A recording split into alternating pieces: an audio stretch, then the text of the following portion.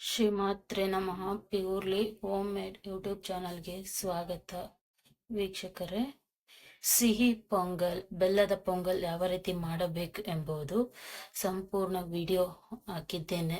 ಇದರಲ್ಲಿ ಲಿಂಕು ಬಂದು ನೋಡಿ, ಅರ್ಥವಾಗುತ್ತದೆ ಯಾವ ರೀತಿ ಮಾಡಬೇಕು ಎಂಬುದು, ಏನು ಸಾಮಗ್ರಿಗಳು ಬೇಕು ಎಂಬುದು.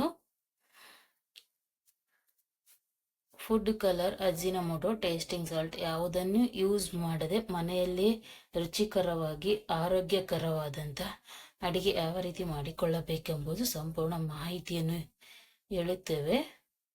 ಬಂದು ನೋಡಿ. ಬೆಲ್ಲದ ಸಿಹಿ ಪೊಂಗಲ್ ಮಾಡಿದರೂ ಸಹ ವೈಟ್ ಆಗಿದೆ.